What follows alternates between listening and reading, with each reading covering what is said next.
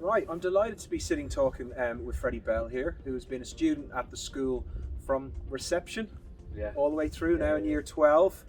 I mean, from my perspective, seeing him play as a youngster playing football in the prep school, you could see he was talented. But it's only really as he's kind of progressed through the school, we've kind of realised how talented he actually is, and what a promising future he has. He's had two older brothers in school, obviously Ellison and Lewis. So I'm guessing they had a little bit to do with your football development, or not at all? No, I'd give them a bit of credit. Ever since I was young, they've always been playing in the garden. I've been going to their matches and watching. So I think that's sort of where it started, playing football with them in the garden and stuff. So yeah. So what point in your kind of footballing career, as it were, did you realise that you were better than your two older brothers? I'm sure they'll be delighted I've said that. Yeah, no, they still like to play it down and give themselves some credit. Maybe they think they are still got the edge, but I think when I started to like grow up a bit, kind of year 8 probably, year 9 you got more physical. Yeah, started to size up and because I think you trained some sessions when you were in year 9 with our first team. Yeah, is that right? Yeah, some lunchtime sessions with Ellison. So I joined them on the first team pitch and have a couple of sessions, which was really good. Yeah. And in terms of now, where you are now, and your regime and training, because I know obviously you're doing less days in school now as well, and majority of the time you're over at Crystal Palace. So what's your kind of timetable? What's your week in terms of training, studies and commitments at the moment? So it's very busy. So start with on the Monday, I'm doing education at the academy ground from 9 till 12. And then we'll train in the afternoon for about 2 hours with a bit of gym work before that.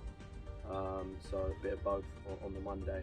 The Tuesday is more of a training day, so we'll train hard in the morning, more extensive, and then in the afternoon we do more of like a development individual, so we'll split you up into your position.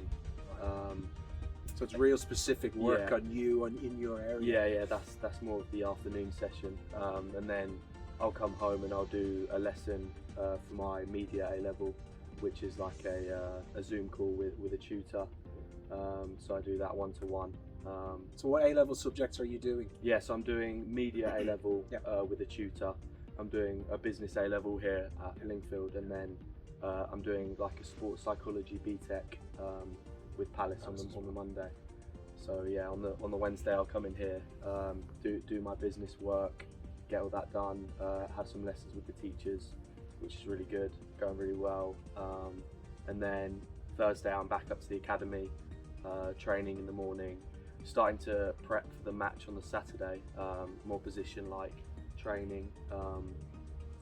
And then in the afternoon there's more of like a verbal coaching, so you'll speak to like the coach, and you'll speak to the analysis team.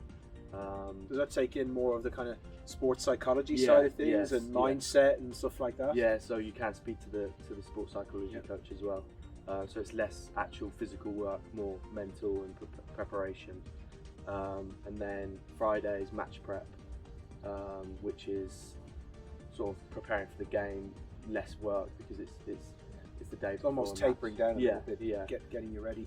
Yeah. And in terms of, I suppose, question I get asked a lot from, the children and the pupils here, and when they start kind of progressing in the various sports and various levels, is it's clear that they have the physical attributes, and obviously it's clear that you've come this far so far physically, being such a capable footballer. You've obviously got a good head on your shoulders. But how do you deal with the nerves and the anxiety? And you're playing whatever team it might be on the Saturday. Yeah. Do you worry about it? Do you lose sleep over it? Does it affect your performance, and how do you control that? Yeah, I mean, I've always been quite a nervous player. I do get quite nervous before games, especially big games. So like last Saturday we had a cup game at Selhurst Park, which is Crystal Palace's stadium, and there was like 2,000 people there. We lost on penalties. Yeah, I know, but like even standing there waiting for a penalty, it's very nerve-wracking. And I think what Palace try and do is they try and taper this down a bit with the psychologist.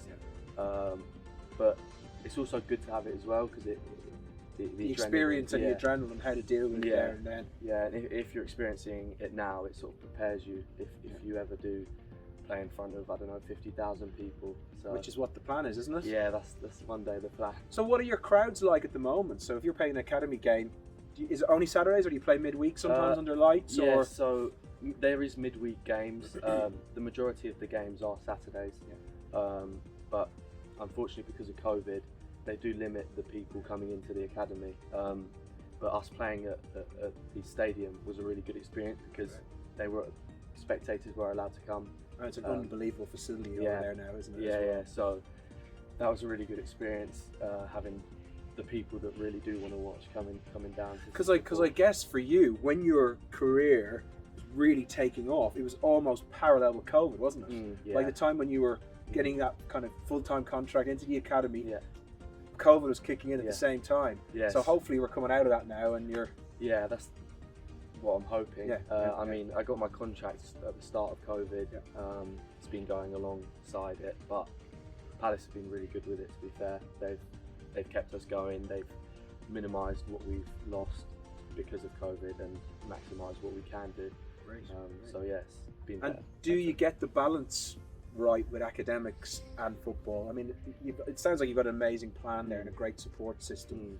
You know, and obviously as a school here, we try and do our best to support you as well. But do you find that you're getting the balance right, or at times does it all get a bit on top of you?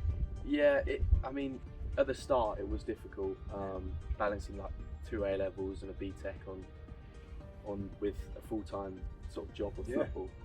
But that's what it is. Yeah, 100%. But then, like, as you start to do it more, you gain a routine, which I think I'm really heavy on routines. And now I have my set periods where I do my work on the Monday, the Tuesday and the Thursday evening, the Wednesday obviously. Just absolute discipline, isn't it? Yeah, and you sort of just follow the same thing week to week, obviously with a lot of changes within football and stuff like that, but trying to stick to that regime really helps you and sort of brings you back to I need to work now, I need to train now, and keeps me going in the right direction. It seems to have you in that right place. Yeah.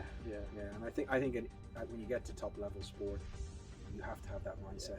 You can't be all over the place because it just simply won't work. But I mean, from our perspective, you know, we're very proud of what you've achieved. You know, in the school obviously, but at Palace now.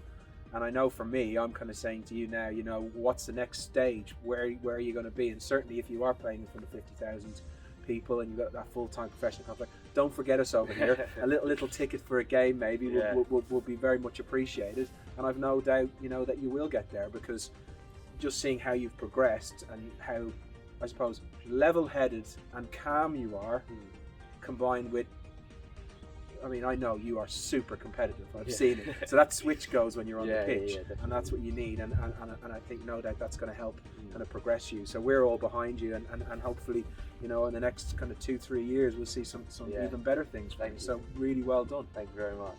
Thank you.